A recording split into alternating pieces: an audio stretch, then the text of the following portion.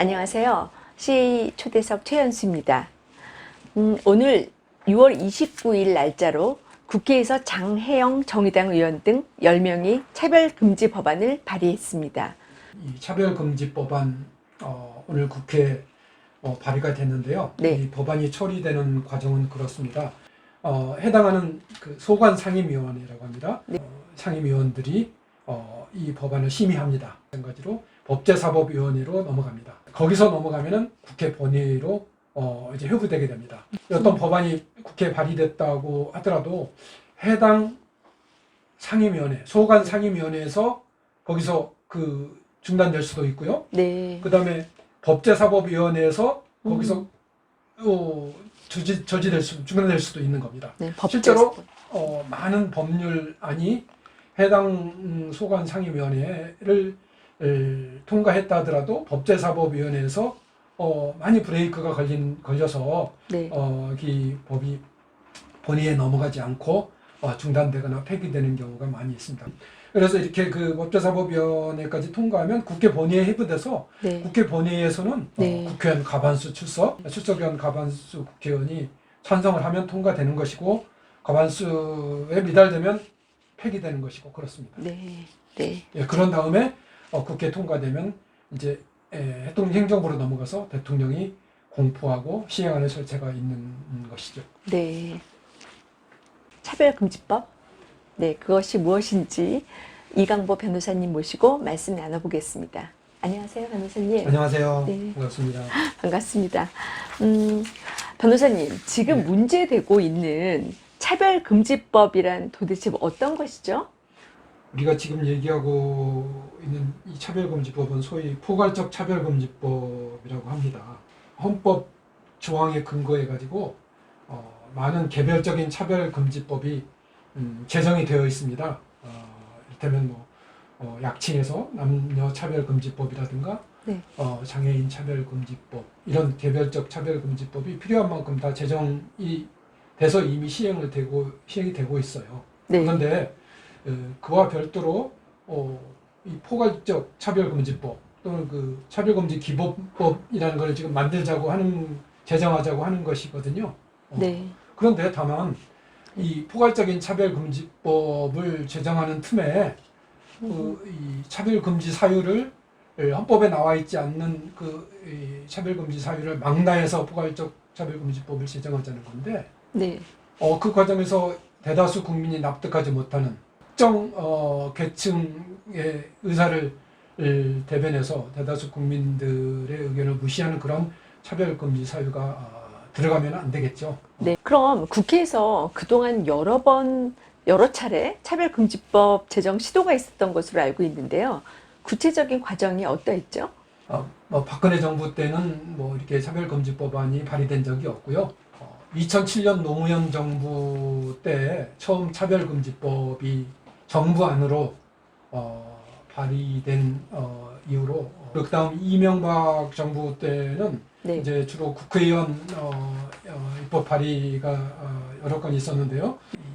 발의가 되었으나 보수 기독교 계층을 비롯한 많은 국민들의 반대에 부딪혀서 발의자가 스스로 철회, 취소한 경우도 있고, 네.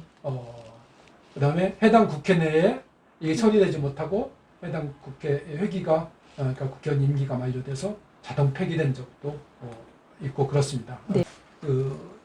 문재인 대통령은 후보 시절에 본인이 차별금지법에 대해서 반대하는 것을 공개적으로 밝혔지만은 네. 문재인 정부 출범 이후에 국가인권위원장이랄까 그다음에 현재 법무부 장관은 네.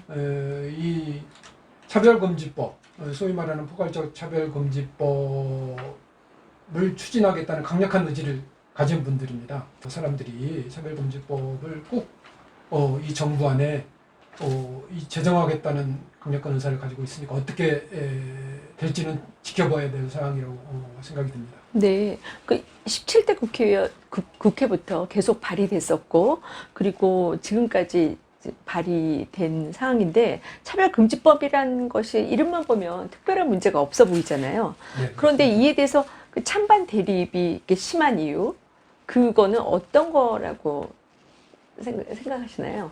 이 차별금지법 자체에 대해서는 뭐 반대할 이유가 없고 헌법상의 이념이기도 합니다. 다만 이 차별금지법에 헌법에 나와 있지 않은 많은 차별금지 사유를 정하면서 국민적인 합의가 없고 이렇게 일방적으로 특정 계층을 대변해서 이걸 법으로 제정한다는 것 자체가 이렇게 그 문제가 되고 있기 때문에 네. 이렇게 찬반 대립이 심하다고 보여집니다.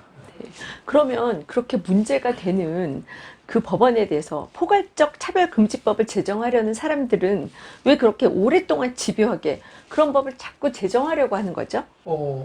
이 헌법에 그 평등권 조항이 있다고 그래서 네. 갑자기 성적 지향, 성소수자를 차별하는 행위를 해서는 안 된다. 그런 행위를 하면 처벌을 하겠다 하는 법률을 제정하고 싶어도 그럴 수가 없다는 겁니다. 왜냐하면 이거는 헌법상의 그 평등권 이념에 이거는 포함되기 어려운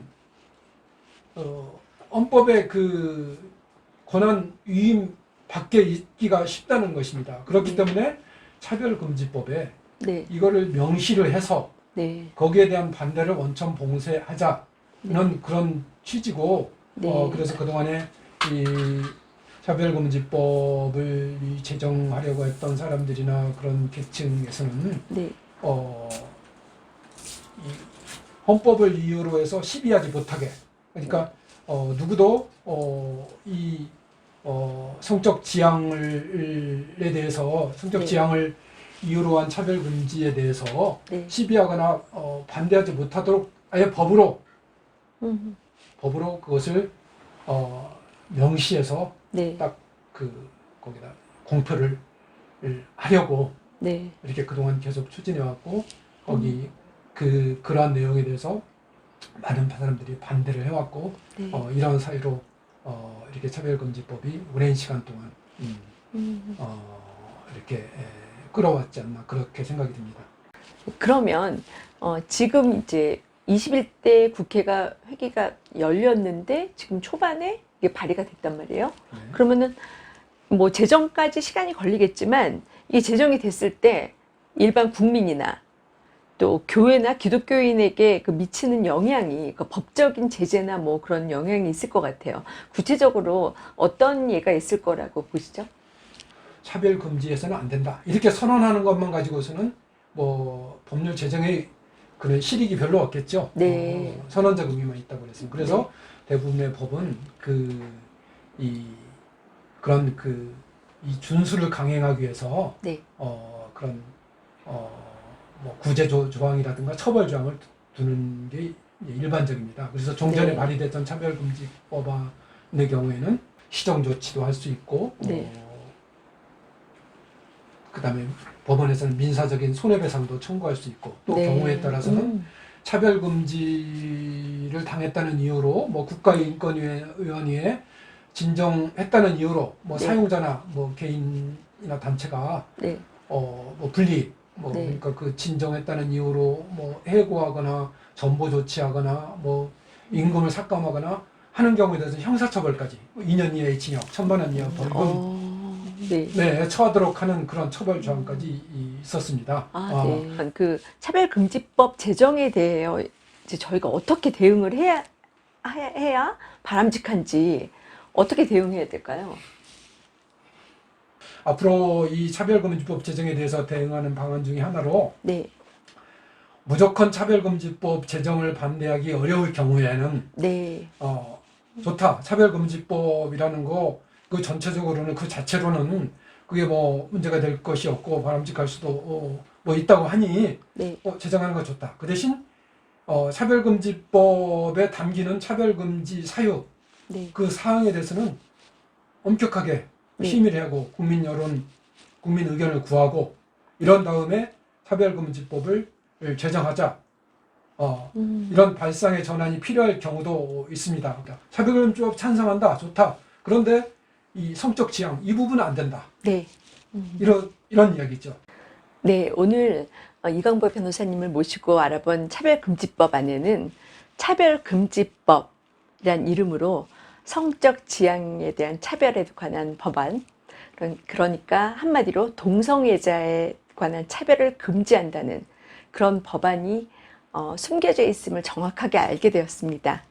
오늘 차별금지법 제정에 관하여 자세한 지식과 또 정보를 잘 전달해 주신 이강보 변호사님께 감사드립니다.